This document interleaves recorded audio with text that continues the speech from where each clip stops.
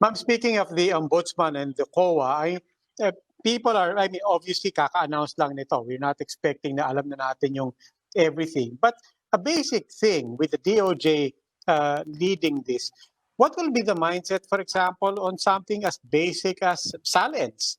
I mean, the ombudsman and the executive and now have basically said, hindi, i-limit natin yung access ng mga tao sa SALN. Let's make it harder for people to access SALN. The ombudsman not only diminishes the value of SALNs, but he even says, baka ma-weaponize pa yan, kawawa lang naman yung mga paggagamitan yan. What are the basic principles to proceed from? And wouldn't the DOJ, as the head of this mega task force, at least begin on some very clear principles to be stated that we need these tools. These are the kinds of things that will show people that this is not a PR stunt, that this is in fact something we intend to do. And Robbie, may I add, no, the ombudsman has said that he doesn't believe in lifestyle checks. Yeah. So, the question really is, where do you start? Like what the government said in his memorandum, we have to, of course, corruption is rampant, and we have to prioritize. And in prioritizing, the criteria is to consider the gravity of the allegations of corruption. So gravity can be assessed through a lot of different means or methods, like, for instance, the amount involved or the extent of the corruption. And another criteria that was given is the impact on the delivery of government services. So which particular allegations would impact most in terms of improving the services that is given by the government through the agencies. Of course, the involvement, one way to look at whether or not officials are involved in government officials or employees are involved in certain corrupt practices within an agency. One method is to look at their SALN and compare this to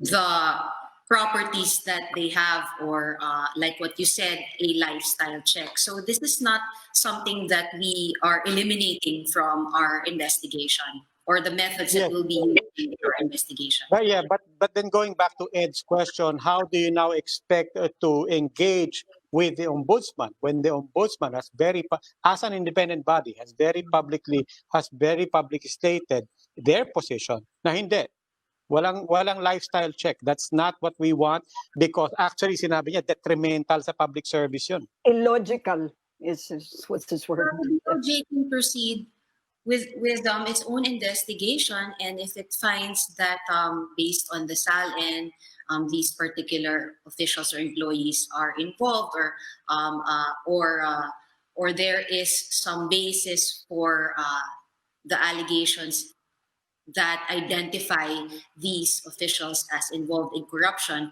then the DOJ, with other sufficient evidence, may file a case. The investigating panel may file a case with the prosecutor, and the prosecutor may file a case with the court, may file an information in court. So this can proceed independently of the opinion of the ombudsman. It doesn't follow that all officials who are corrupt spend the money that they get from their corrupt activities. So there are other means to determine that. They may not declare it in their SALN, and they may not either use it or spend it.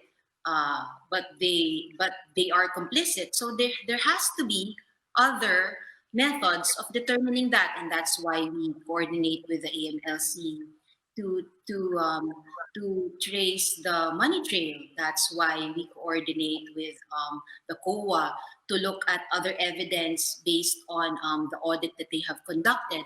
So it's not automatic that the SALN is the single most important, or lifestyle checks are the single most important tool to investigate corruption. It doesn't follow.